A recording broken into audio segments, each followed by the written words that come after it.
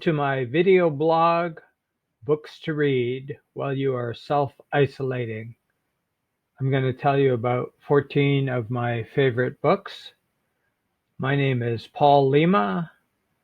You can visit me online at paullima.com. Books to Read While You Are Self-Isolating. First, I want to give you the 14 books, and then I'm going to tell you something about each of them specifically and show you their covers and read you some reviews that appear on GoodReads, goodreads.com, kind of like the Facebook for book lovers, I guess you would describe it as. So here are some of my favorite books. I'm an eclectic reader, so we go from literature to genre to some fun stuff. 419, Crossing to Safety, The Big Rock Candy Mountain, Gone Girl, Half Broke Horses, The Guernsey Literary and Potato Peel Society, Room, Still Foolin' 'Em, The Art of Racing in the Rain, The Fault in Our Stars, The Martian, Transistor Radio, The Beauty of Humanity Movement, The Sympathizer. And again, I'm going to show you the covers and read you reviews of each of the books. First book on the list is 419 by Will Ferguson. And I'm going to read you the review. I just have to find it here. Sorry about that. Okay, 419 by Will Ferguson gets a 3.61 rating on GoodReads. I would give it a 4.25. A startling original tale of heartbreak and suspense. A car tumbles down a snowy ravine. Accident or suicide?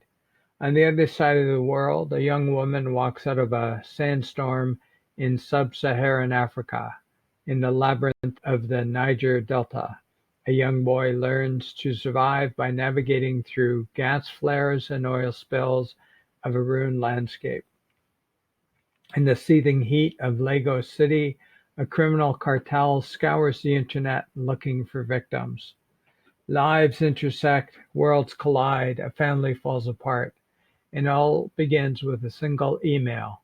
Dear Sir, I am the son of an exiled Nigerian diplomat, and I need your help. I'm going to stop reading there. I just want to tell you, if you hate spammers, as I do, you will be incredibly overwhelmed by the fact that this book will make you sympathetic to the people who send the spam out. 419, solid read. I'd highly recommend it. Author Will Ferguson. Crossing to Safety by Wallace Stegner. You probably haven't heard of this author. He was an author in the 1930s. I discovered him accidentally. This is an amazing book. Let me read you the review. Crossing to Safety by Wallace Stegner. GoodReads gives it a 4.16. I give it a 4.75. Called a magnificently crafted story brimming with wisdom. And it is magnificently crafted. Crossing to Safety has, since its publication in 1987, established itself as one of the greatest and most cherished American novels of the 20th century, tracing the lives, loves, and aspirations of two couples who move between Vermont and Wisconsin. It is a work of quiet majesty, deep compassion, and powerful insight into the alchemy of friendship and marriage. And I think I said Stegner was a 1930s author. I stand corrected. Crossing to Safety is indeed magnificent. If you like books about relationships and the interaction between people, in this case, you will find this to be an absolutely brilliant book. The Big Rock Candy Mountain, also by Wallace Stegner. If I were you, I would just Google him, look up all his books, and read them all. But the Big Rock Candy Mountain Goodreads gives it a 4.15. I would say 4.25. Bo Mason, his wife Elsa, and their two boys live a transient life of poverty and despair. Drifting from town to town and from state to state, the violent, ruthless Bo seeks out his fortune in the hotel business, in new farmland, and eventually in illegal rum running through the treacherous back roads of the American Northwest. Stegner portrays more than 30 years in the life of the Mason family in this masterful, harrowing saga of people trying to survive during the lean years of the early 20th century.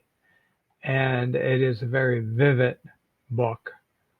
You'll feel like you're there trying to survive. Kind of like we're trying to survive right now with the COVID-19 pandemic. Told you I like a mix of books. From literary, we go to genre, but a cut above, way above. Gillian Flynn wrote the book called Gone Girl. I just thought it was an absolute masterpiece. And I will read you the review of Gone Girl by Gillian Flynn. GoodReads gives it a 4.07. I'm telling you, if you like this kind of genre, murder mystery, is it? I would give it a 4.75. And I also want to say that often when I read a really good book, I find the movie disappointing. I would read the book and watch the movie. Give yourself a little break in between, but I'd read the book first, give yourself a break, and then watch the movie. Marriage can be a real killer, starts the review. On a warm summer morning in North Carthage, Missouri, it is Nick and Amy Dunn's 5th wedding anniversary. Presents are being wrapped and reservations are being made when Nick's clever and beautiful wife disappears from their McMansion on the Mississippi River.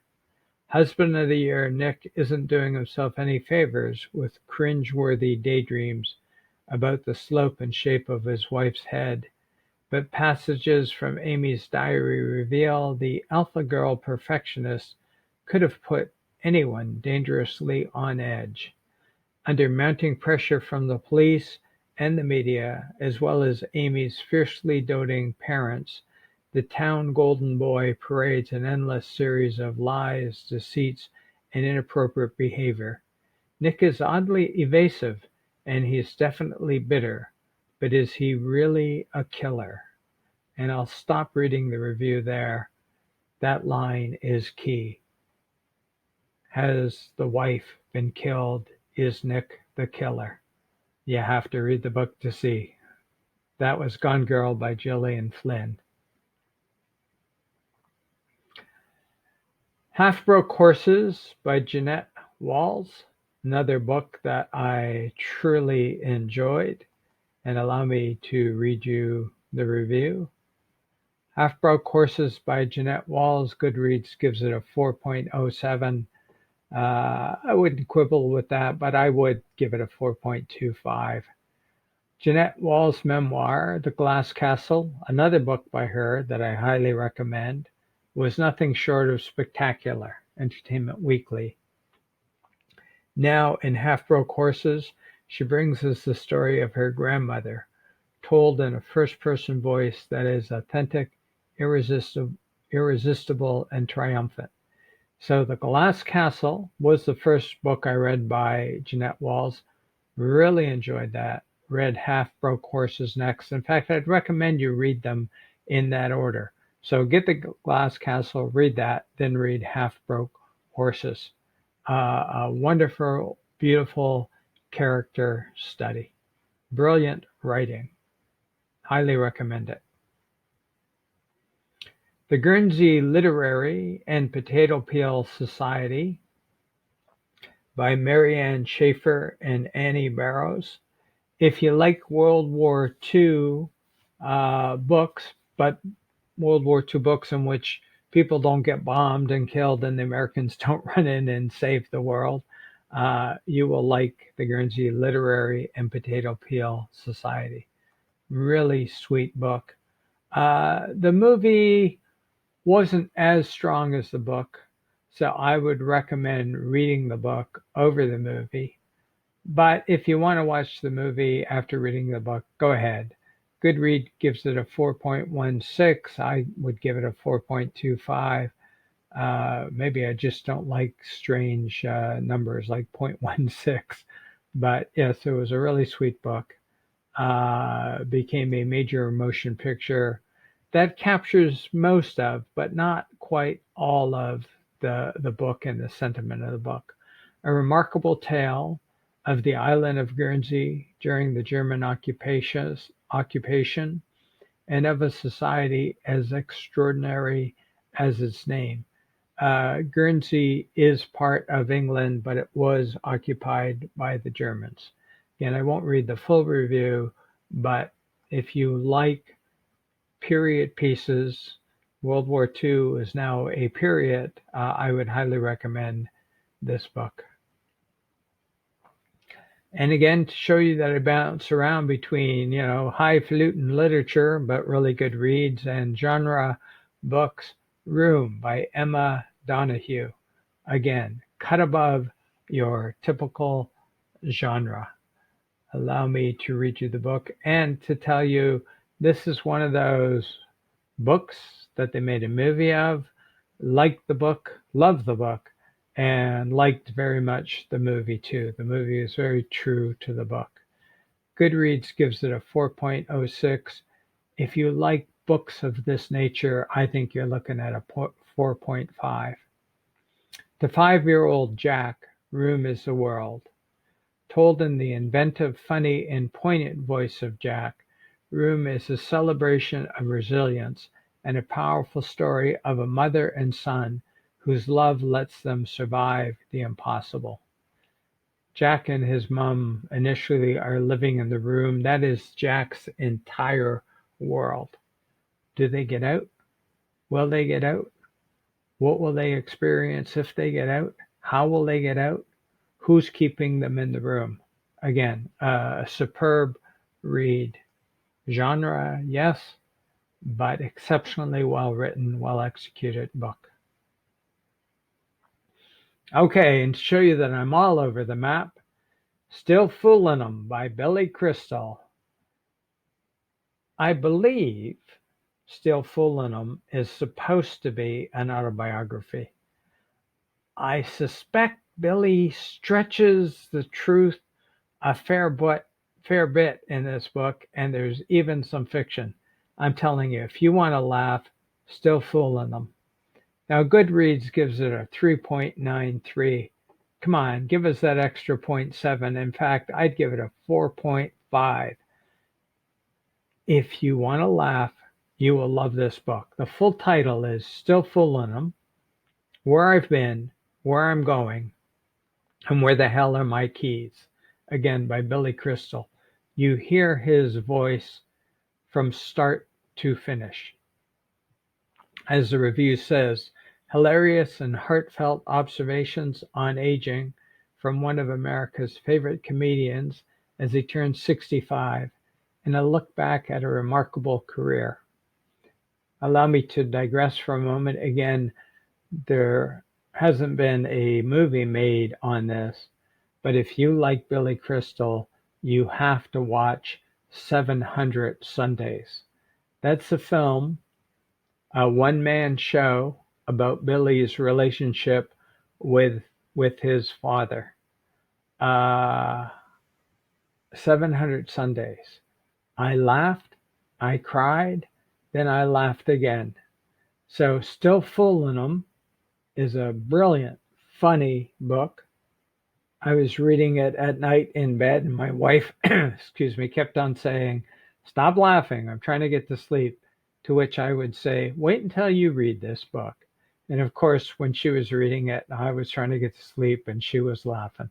It is a funny, funny book.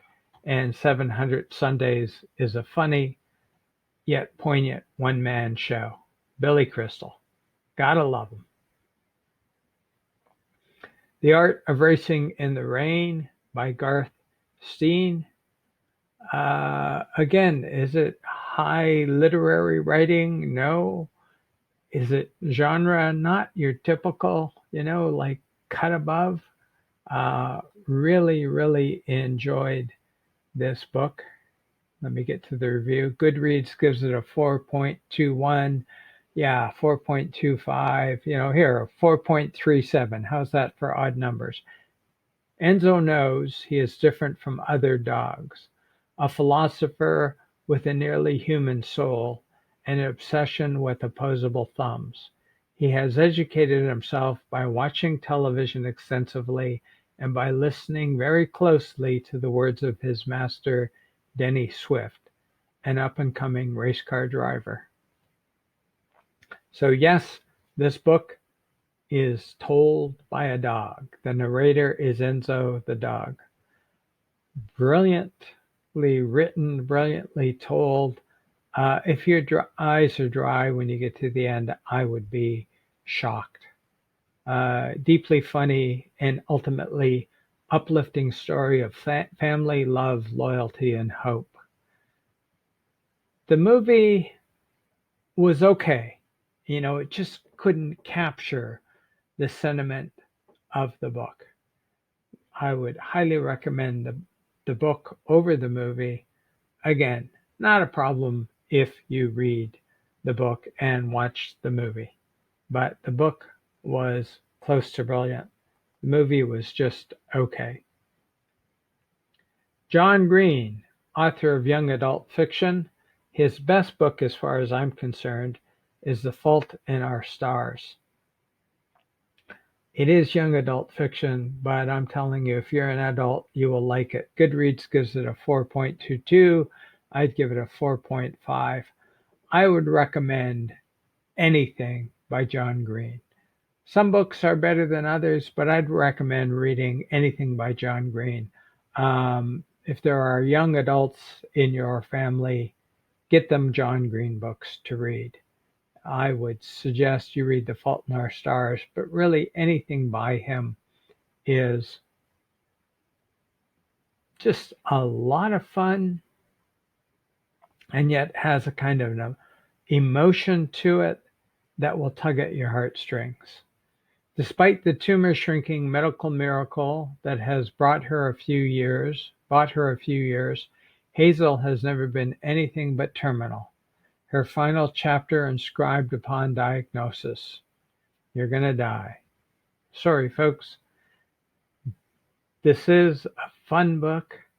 It is a moving book. But when a gorgeous plot twist named August Waters suddenly appears at Cancer Kids Support Group, Hazel's story is about to be completely rewritten. Insightful, bold, irreverent, and raw, The Fault in Our Stars is award-winning author John Green's most ambitious and heartbreaking work yet, and I totally agree with that. The movie too, really, really enjoyed the movie. I would recommend the book first and then the movie, but you can do either. The Fault in Our Stars by John Green. Well worth reading, movie well worth watching. Just pausing on the picture, I think this picture captures the feeling of the book. The Martian, Andy Weir. Now, if you're saying, Paul, you're all over the map here. Yes, I am. I am an eclectic reader. The Martian by Andy Weir. Very much enjoyed. GoodReads gives it a 4.4. Okay, so I'd bump it up to 4.5. The key here is remarkably written book. 6 days ago, astronaut Mark Watney became one of the first people to walk on Mars. Now he's sure he'll be the first person to die there. After a dust storm nearly kills him and forces his crew to evacuate while thinking him dead, Mark finds himself stranded and completely alone with no way to even signal Earth that he's alive. And even if he could get word out, his supplies would be gone, long before a rescue could arrive. Or would they? How can he be rescued? Can he be rescued? Recommending the book. The movie was good, but the book gets into Mark Watney's head, and he is a funny man. Here he is stranded on Mars. What you don't get in the movie is his sort of stream of consciousness, his internal monologue, his narrative. And to me, that really made this book work. Read the book, watch the movie. I would read the book over watching the movie. The Martian, Andy Weir, thoroughly enjoyed it. Transistor Radio by Chris Bohjalian, Bohjalian. I'm probably mispronouncing it. Another great read. GoodReads only gives it 3.74. I would give it 4.25 in a heartbeat. With Transistor Radio, Chris Bohjalian, author of the bestseller Midwives, again confronts his very human characters with issues larger than themselves, here tackling the explosive issue of gender. And he does it exceptionally well. Again, I'm not going to read the whole review, but it is a brilliantly written book that makes you feel what the people in the book are feeling. And it tackles the, quote, explosive issue of gender in an open and honest way. Well worth reading. Transistor Radio by Chris, and I'm not even going to attempt his last name again. The Beauty of Humanity Movement by Camilla Gibb. Read this some time ago. A lovely, lovely book. GoodReads gives a 3.93. I'm sorry, 4.5. It was read by a book club I used to belong to, and everybody loved it. This deeply observed novel of contemporary Vietnam interweaves stories of a venerable soup seller, a young Vietnamese American curator, and an enterprising tour guide in ways that will mark all of their lives forever. And I think it is the interweaving of Maggie, the art curator, who's Vietnamese by birth, but has lived most of her life in the United States. The interweaving of her life with Old Man Hung, the enlightened proprietor of a beloved pho stall, and among Hung's most faithful customer is Tu, a dynamic young tour guide. It is the interweaving of their lives that makes this book work. The Beauty of Humanity Movement is a skillfully wrought novel about the reverberation of conflict through generations, the enduring legacy of art, and the redemption and renewal of love. And the redemption of soup as well, or pho as it's called there. Highly recommend the book, The Beauty of Humanity Movement by Camilla Gibb. And my last book, ladies and gentlemen, keeping the Vietnamese theme running, The Sympathizer by Viet Thanh Nguyen. The Sympathizer. I've just finished this book, and honest to goodness, I haven't been able to read another book. I'm still letting this one simmer. The Beauty of Humanity Movement is contemporary. The Sympathizer, which GoodReads gives a 4.02, I give it a 4.95. Got a couple of tiny little problems with a couple of little things, but I found the book brilliantly written, brilliantly told story with a great twist. Read the first paragraph several times. That will tell you what you're reading. It's April 1975, and Saigon is in chaos. This is the end of the Vietnam War. If you grew up in the 60s, if you were alive when the Vietnam War was going on and when it ended, this book gives you great insight. Our main character is French Vietnamese. His father was French, his mother was Vietnamese. He grew up in the North. He's working for a general in the South, but he's a sympathizer with the North. So you're getting this like 360-degree perspective of what's going on. I know I'm not reading the review. I'll just tell you, he escapes Vietnam at the end of the war with a lot of people, goes to the U.S. You get insight to the Vietnamese community in the U.S. from their perspective. You're seeing them living there. And our main character is still working for the North, even though he's still working for the South Vietnamese captain or general. He's working for a general. Starts the new life in Los Angeles, but it doesn't end there by far. I don't want to give away too much.